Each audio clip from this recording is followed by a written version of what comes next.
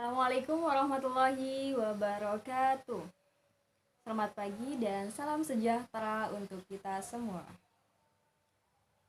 Oke, daftar hadirnya bisa diisi dulu dan untuk ketua kelas silahkan dicatat nama teman-teman yang tidak sempat hadir pada pagi hari ini. Oke, apa kabar? Oke, baik. Semoga kita semua pada pagi hari ini berada dalam keadaan sehat, dalam kondisi mood yang baik sehingga kita dapat menerima pelajaran dengan baik juga.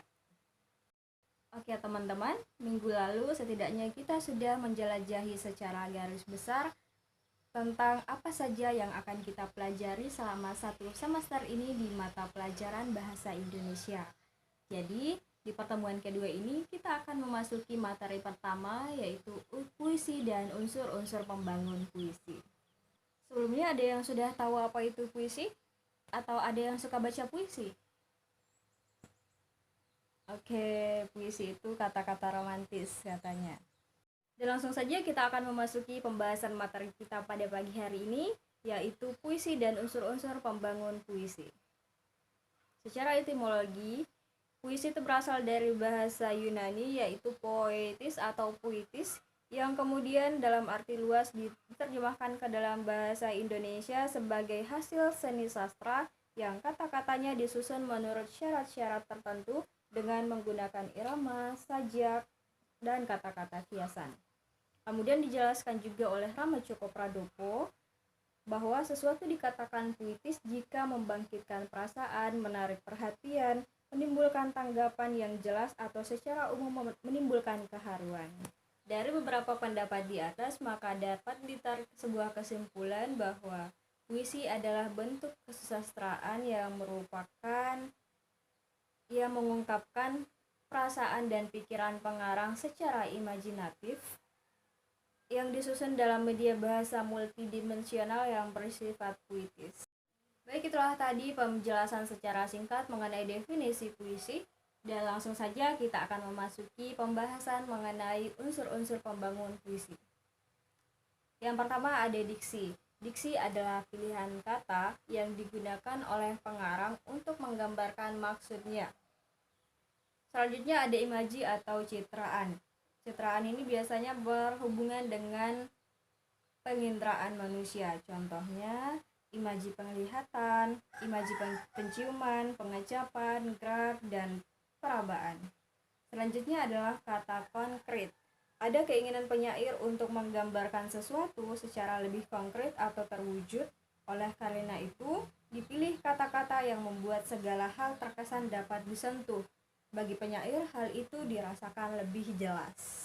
Selanjutnya ada gaya bahasa. Jadi gaya bahasa ini biasa digunakan oleh penyair untuk memperindah karya puisinya.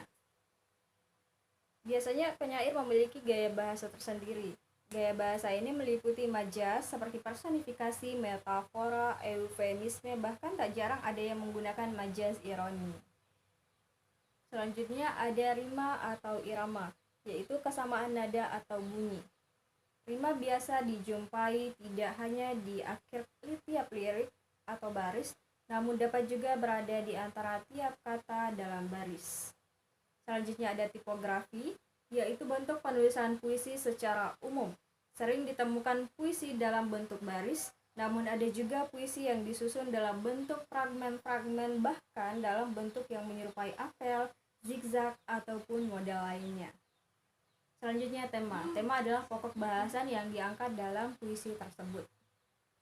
Selanjutnya ada rasa, yaitu sikap penyair terhadap pokok permasalahan yang terdapat dalam puisinya. Selanjutnya ada nada, yaitu sikap penyair terhadap pembacaannya. Nada juga berhubungan dengan tema dan rasa. Penyair dapat menyampaikan tema dengan nada menggurui, mendikte, bekerja sama dengan pembaca untuk memecahkan masalah, menyerahkan masalah begitu saja kepada pembaca dengan nada sombong, menganggap bodoh dan rendah pembaca, dan lain-lain sebagainya. Yang terakhir ada amanat atau tujuan atau maksud, yaitu pesan yang ingin disampaikan pengarang kepada pembaca atau pendengar. Nah, itulah tadi ulasan mengenai unsur-unsur pembangun puisi. Sampai di sini ada pertanyaan? Oke, jadi Pertanyaannya adalah bagaimana penjelasan lebih lanjut tentang imaji serta contohnya. Baik.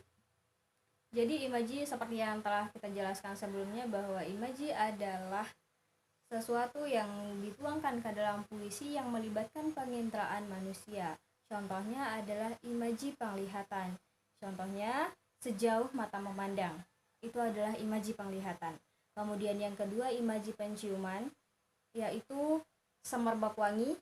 Itu adalah imaji penciuman. Kemudian imaji pendengaran. Dalam sunyi aku menyebut namamu. Itu adalah indera pendengaran, imaji pendengaran, seperti itu, dan lain-lain sebagainya. Masih ada pertanyaan atau masih bingung? Oke, tidak ya, sudah jelas ya. Karena sudah tidak ada pertanyaan lagi, kalian saya minta membuat 2 kelompok besar untuk mencari data atau materi tambahan mengenai materi yang kita pelajari pada pagi hari ini. Selanjutnya, kalian akan saya beri waktu 15 menit untuk mendiskusikan dan tanya jawab. Oke? Oke, diskusinya bagus ya. Saya senang saya bisa menganggap teman-teman sudah bisa memahami materi kita pada pagi hari ini. Dan karena waktu kita sudah mau habis, saya tugaskan teman-teman untuk mencari atau membuat puisi dengan pedoman materi kita pada pagi hari ini. Minggu depan akan kita ulas. Oke. Sampai di sini ada pertanyaan?